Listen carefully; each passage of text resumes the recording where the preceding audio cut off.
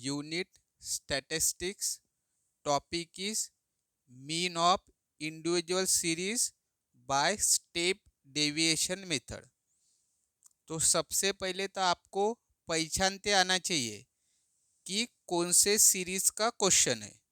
Individual series का question है कि डिस्क्रीट सीरीज का क्वेश्चन है कि कंटिन्यूअस सीरीज का क्वेश्चन है। तो सीरीज कैसे पहचानना है, इस पर मैंने एक वीडियो अपलोड किया है इसी चैनल पर। उस वीडियो की लिंक इसी वीडियो के डिस्क्रिप्शन में दी है, आपको जाके देख लेना है। A students mark in 5 subject are. एक स्टूडेंट को 5 सब्जेक्ट में कितने मार्क्स मिले वो क्वेश्चन में गिवन है, और निकालना क्या है, मीन ऑफ हिज मार्क्स। मतलब ये जो मार्क्स दिए है इसका हमें मीन निकालना है। तो क्वेश्चन में तो मेथड मेंशन नहीं की है कि किस मेथड से आपको सॉल्व करना है, तो आप किसी भी मेथड से सॉल्व कर सकते हो। एक मेथड होती है डायरेक्ट मेथड, एक होती है अज्यूम मीन मेथड या उसको ही बोलते हैं शॉर्टकट मेथड, और तीसरी मेथड होती है स्टेप डेविएशन मेथड। तो इस क्वेश्चन को हम स्टेप डेविएशन मेथड से सॉल्व करेंगे। किसी भी मेथड से करो आंसर सेम ही आता है। तो सबसे पहले n इक्वल टू 5 लिखा। n मतलब क्या होता है, टोटल नंबर ऑफ ऑब्जर्वेशंस। तो ये जो वैल्यूज लिखी है इनको बोलते हैं अपन ऑब्जर्वेशंस। तो कितने ऑब्जर्वेशंस दी है क्वेश्चन में, 5। 1 2 3 4 5, ये ऑब्जर्वेशंस है। ठीक है, जितने ऑब्जर्वेशंस रहेंगे उसके हिसाब से n की वैल्यू आएंगी। अगर 6 ऑब्जर्वेशंस है तो n इक्वल टू 6 आएगा। 5 ऑब्जर्वेशंस है तो n इक्वल टू 5 आएगा। ये आपको ध्यान में रखना है।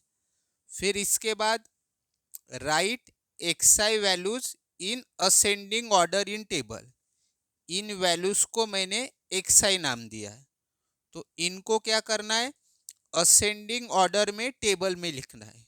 असेंडिंग ऑर्डर मतलब सबसे पहले छोटी वैल्यू इनमें से, फिर इससे बड़ी, इससे बड़ी, और इससे बड़ी, और इससे बड़ी। इसको बोलते असेंडिंग ऑर्डर। ठीक है, फिर आपको ये जो xi की वैल्यू हमने लिखी है इनमें से एक वैल्यू को a नाम दिया है। a मतलब क्या होता है, अज्यूम मीन। तो मैंने किसको दिया है, 75। तो हमेशा क्या करना, जो बीच की वैल्यू है मिडल वैल्यू उसको a नाम दे देना। फिर इसके बाद find D I of each xi and put them in table. Her xi value के लिए आपको डी आई निकालना है। 5 xi है तो 5 डी आई की वैल्यूज होंगी।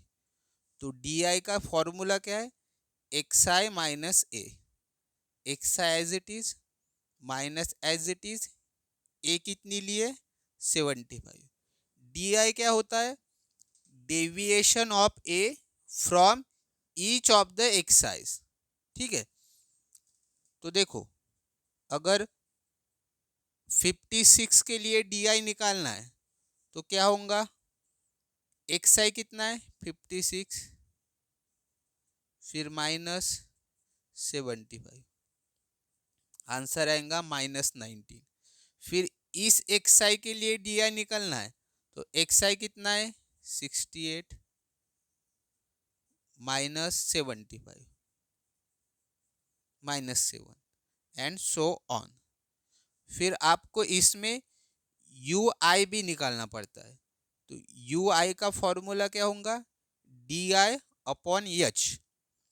एच क्या होता है, कॉमन फैक्टर। तो आपको कॉमन फैक्टर किस में देखना है, इस डी आई कॉलम में देखना है। तो अभी देखो कॉमन फैक्टर मैंने यहाँ पे कितना लिया है, 1। तो क्या हमेशा 1 ही लेना है क्या, नहीं। अब इसमें कॉमन फैक्टर नहीं है इसीलिए मैंने 1 लिया है। अब कॉमन फैक्टर नहीं है ये कैसे पहचाना मैंने, देखो अगर आपकी वैल्यूज ऐसी रहती 2, 4, 8, 10, 14, तो देखो ये जो वैल्यूज दी रहती है इसमें सबसे मिनिमम वैल्यू देखना, जो मैं ट्रिक बता रहा हूँ उसको फॉलो करना। तो सबसे मिनिमम वैल्यू कौन सी है, 2। फिर इसके बाद क्या करना, ये जो आपने 2 निकाला है सबसे मिनिमम वैल्यू, इस वैल्यू से हर वैल्यू डिवाइड होती है कि नहीं होती है ये देखना।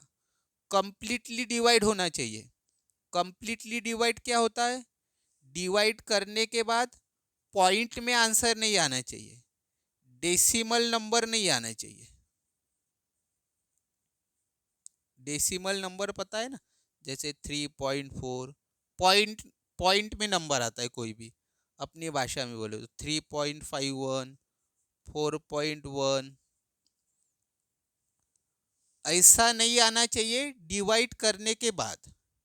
अगर ऐसे पॉइंट में आंसर आए तो समझ जाना उसमें कॉमन फैक्टर आपको 1 लेना है, ठीक है। तो अभी देखो अगर इसको 2 से डिवाइड करेंगे तो 2 डिवाइडेड बाई 2 1, इसको 2 से डिवाइड करेंगे तो 2, इसको 2 से डिवाइड करेंगे तो 4, इसको 2 से डिवाइड करेंगे तो 5, इसको 2 से डिवाइड करेंगे तो 7। देखो कोई भी वैल्यू पॉइंट में नहीं आई है तो कॉमन फैक्टर क्या होगा फिर 2। इस प्रकार से आपको कॉमन फैक्टर निकालना है। बट इस क्वेश्चन में पहले हम देखते मिनिमम वैल्यू, तो जीरो को छोड़ देना, जीरो को कंसीडर मत करना।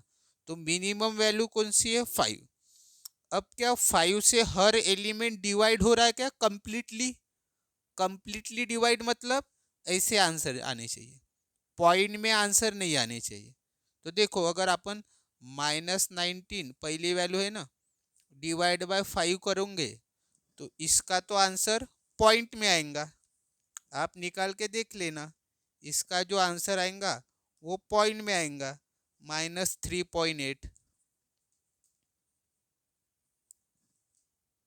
और -3.8 ये तो डेसिमल नंबर है और हमें डेसिमल नंबर नहीं चाहिए, तो समझ जाना इसमें कॉमन फैक्टर है ही नहीं। तो फिर h=1 ले लेना। अगर ऐसी वैल्यूज रहती तो 5, 10, 20, 25, 30। तो फिर हम क्या, मैंने क्या ट्रिक बताई, सबसे पहले मिनिमम वैल्यू देखना। ये सब मैं h के लिए बता रहा हूँ, तो इसमें मिनिमम वैल्यू कौन सी है, 5। फिर देखना 5 से हर वैल्यू डिवाइड हो रही क्या कंप्लीटली, वो देख लेना। तो इसको अगर 5 से डिवाइड करेंगे तो 1 आएगा, इसको अगर 5 से डिवाइड करेंगे तो 2 आएगा, इसको अगर 5 से डिवाइड करेंगे तो 4 आएगा, इसको अगर 5 से डिवाइड करेंगे तो 5 आएगा, इसको अगर 5 से डिवाइड करेंगे तो 6 आएगा। तो देखो डेसिमल में कोई भी वैल्यू नहीं आ रही, तो समझ जाना इसमें कॉमन फैक्टर कौन सा है फिर, 5। ऐसी वैल्यू रहती तो कॉमन फैक्टर क्या आया था, 2। बट ये जो वैल्यूज दी है इसमें कॉमन फैक्टर है ही नहीं। क्यों नहीं है, क्योंकि जब हमने इसको डिवाइड किया 5 से तो डेसिमल नंबर आया, डेसिमल नंबर नहीं आना चाहिए। अगर डेसिमल नंबर आ रहा तो समझ जाना आपको h की वैल्यू, कॉमन फैक्टर की वैल्यू 1 लेना है। तो अभी देखो फिर हर di की वैल्यू को 1 से डिवाइड करना है। अब देखो किसी भी वैल्यू को 1 से डिवाइड करोगे तो आंसर तो जो न्यूमरेटर में है वही आएगा, ये तो पता है। 1 से डिवाइड करने से कुछ भी फर्क नहीं पड़ता, तो इस क्वेश्चन में जो डी आई की वैल्यूज है वही वैल्यू यू आई की भी होंगी, क्योंकि हमारा कॉमन फैक्टर यानी एच 1 है। तो यही की वैल्यूज आपको यही लिख लेना है, क्योंकि किसी को भी आप 1 से डिवाइड करो तो कुछ भी चेंजेस नहीं होते हैं। फिर क्या कर लेना है, ये जो यू आई की वैल्यूज निकाली इनका करना है सम। तो सम के लिए सिग्मा लिखना। सिग्मा का मतलब होता है कि आपको सम करना है। सम मतलब एडिशन। तो -19 प्लस -7 प्लस 0 प्लस 5 प्लस 17, इन पांचों वैल्यूज को ऐड करने के बाद आंसर आएगा -4। फिर इसके बाद फॉर्मूला लिखना मीन का। स्टेप डेविएशन मेथड में ये फॉर्मूला होता है मीन का। मीन को मैंने बोला x bar A plus sigma U I upon N into H. तो ए की वैल्यू 75 plus sigma U I -4, N की वैल्यू 5 इंटू एच की वैल्यू हमने ली थी 1। ठीक है, और यहाँ पे भी लिखा है मैंने 1। इनको जब सॉल्व करोगे तो आपका आंसर आएगा 74.2। ठीक है, और ये जो मैंने एक्सआई वैल्यूज असेंडिंग ऑर्डर में लिखी है तो लिखने की ज़रूरत नहीं होती, ये कोई कंपलसरी स्टेप नहीं है, बट आपको लिख लेना है। और हमेशा एक इसको लेना है जो मिडल में रहेंगी। इससे क्या होता है, कैलकुलेशन आसान हो जाता है। ये आपको ध्यान में रखना है, बट ये कंपलसरी स्टेप नहीं है दोनों। ये आप किसी को भी ले सकते हो, बट कैलकुलेशन आसान के लिए हमेशा जो बीच में वैल्यू रहेंगी उसको ही आपको ए ले लेना है। अब इस क्वेश्चन को मैंने डायरेक्ट मेथड से भी सॉल्व किया है और अज्यूम मीन या फिर उसको ये बोलते हैं शॉर्टकट मेथड, उन दोनों मेथड से भी इस क्वेश्चन को सॉल्व किया है। उनकी लिंक इसी वीडियो के डिस्क्रिप्शन में दे दूंगा। और इस वीडियो में कुछ आपके डाउट होंगे तो कमेंट के माध्यम से पूछ सकते हो। वीडियो पसंद आया हो तो लाइक और शेयर ज़रूर करना, इस चैनल को सब्सक्राइब करना।